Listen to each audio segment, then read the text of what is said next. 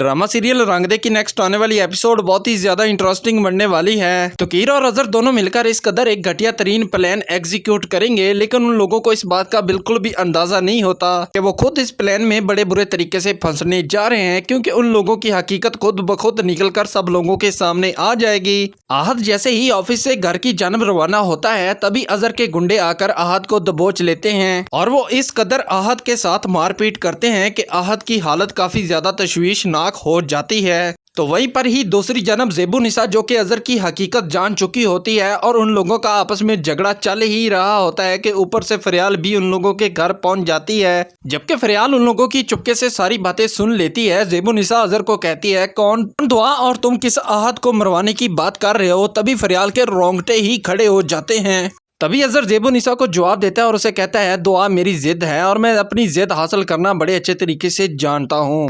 जबकि सारी हकीकत फरियाल के सामने खुलकर आ चुकी होती है और फरियाल बस इसी मौके के इंतजार में रहती है कि इधर की बात सुनकर उधर को पहुंचा दे और उधर की बात सुनकर इधर को।